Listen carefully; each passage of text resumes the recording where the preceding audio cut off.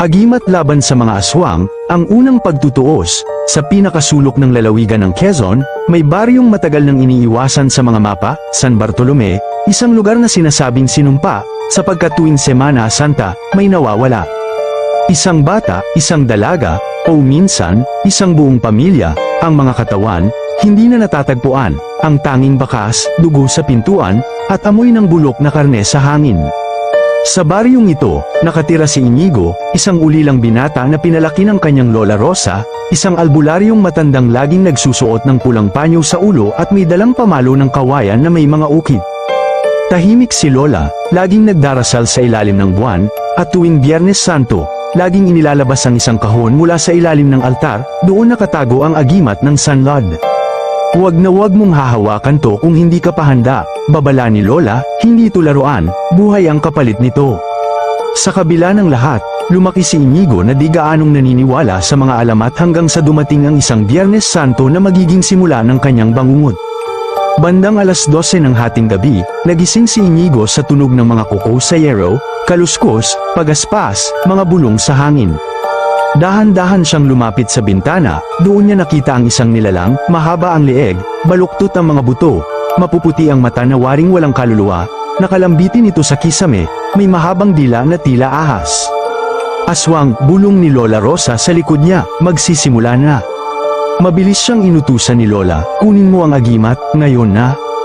Pagbukas niya ng kahon, tila may humigop sa paligid na wala ang ingay, napatigil ang hangin. Sa loob ay ang agimat, isang itim na batong may pulang bitak sa gitna, nakakabit sa tanikala ng ginto. Sa paghawak niya sa agimat, parang may kuryenteng damaloy sa katawan niya, umiinit ang balat, nanginginig ang lupa. Sa labas, narinig nilang sumigaw ang nilalang, tila nasugatan sa di mataong puwersa. Ngunit hindi lang isa ang kalaban, mula sa palayan, naglabasan ang mga nilalang lumilipad, gumagapang, may mga pakpak na parang paniki at mata na kumikislap sa dilim. Isa-isang sumulpot ang mga aswang na matagal nang nagkukubli sa anyo ng tao. Ang isa sa kanila ay si Kapitan Orly, ang leader ng baryo, isa pa'y si Aling Mideng, tindera ng tinapa, lahat sila, ngayon ay naglalaway, nakangisi, handang dumagit ng laman. Sa gitna ng kaguluhan, lumitaw ang isang nilalang na higit sa lahat, si Damaura, ang reyna ng mga aswang. Bata ang anyo, ngunit mahaba ang buhok, puti ang balat na parang wax, at ang mga matay kulay ginto. Sa bawat salitang bigkasan niya, may sumisigaw na espiritu sa paligid, ibalik mo ang agimat sa amin, bata, aniya, ang dugo ng iyong lola ay taglay ng dilim, hindi ka makakatakas sa kapalaran. Lumingon si Inigo kay Lola Rosa, napaluha siya sa revelasyong narinig. Tiningnan siya ni Lola Rosa ng diretso sa mata, oo anak ako'y dating kasapi pero pinili kong tumalikod tinubos ko ang sarili ko sa dugo at panalangin at ngayon, ikaw ang tagapagmana ng liwanag. Hinugot ni Lola ang kanyang kutsilyong inubog sa langis ng sagrado, at tinapak ang balikat ni Inigo, ngayong gabi, anak, ang unang pagtutuos ay sayo. Nagsimula ang labanan bawat galaw ni Inigo, sinasapawan ng liwanag mula sa agimat ang mga nilalang umuusok ang balat nila tuwing tatamaan. Ngunit napakalakas ni Damaura, isang iglap lang, nahampas si Inigo at natalsik sa semento humalo ang dugo sa lupa. Lumalapit na si Damaura para wakasan siya nang biglang sumugod si Lola Rosa, isinaksak ang kutsilyo sa dibdib ng halimaw. Napahiyaw si Damaura, kumulog kumidlat pumutok ang lupa.